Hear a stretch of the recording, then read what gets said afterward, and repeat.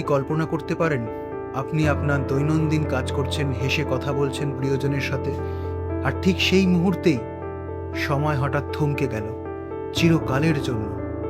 এমনই এক অবিনশ্বর আর করুণ সত্যের নামই হলো পম্পেই।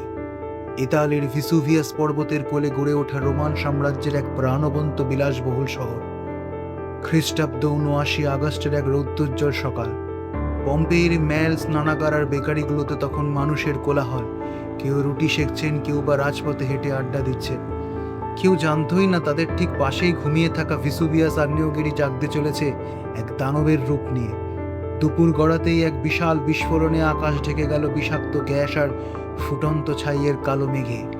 কয়েক ঘন্টার মধ্যেই হাজার হাজার ফুট উঁচুর ফুটন্ত লাভা আর ছাই বৃষ্টি হয়ে নেমে এলো পুরো শহরের ওপর।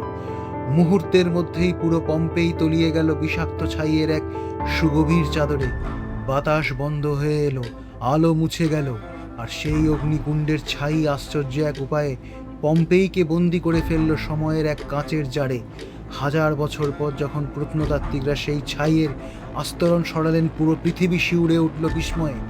পাওয়া গেল হুবহু সেই শহরকে, যেখানে ওভেনে আটকে থাকা রুটি, দেওয়ালে আঁকা রঙিন ছবি, এমনকি শেষ মুহূর্তে একে অপরকে জড়িয়ে ধরে থাকা মানুষের পাথুরে শরীরগুলো আজও অক্ষত। পম্পেই আমাদের কোনো ধ্বংসস্তূপের গল্প শোনায় না, পম্পেই শোনায় এক জীবন্ত শহরের শেষ নিঃশ্বাসের গল্প। সেখানে প্রতিটি পাথর, প্রতিটি গলি আমাদের মনে করিয়ে দেয় রোমানদের শিল্পকলা, প্রযুক্তি আর জীবন উদযাপনের অন্যান্য অভিজ্ঞতার কথা। এটি প্রকৃতির সেই অপ্রতিরোধ্য শক্তির স্মারক, যার সামনে মানুষ তৈরি সবচেয়ে পরাক্রমশালী সভ্যতাও মুহূর্তের মধ্যে ধূলিসাৎ হয়ে যেতে পারে। পম্পের গলির দিক দিয়ে হেঁটে গেলে আজও মনে হয় এই বুঝি কেউ ছাইয়ের আড়াল থেকে ডেকে উঠবে।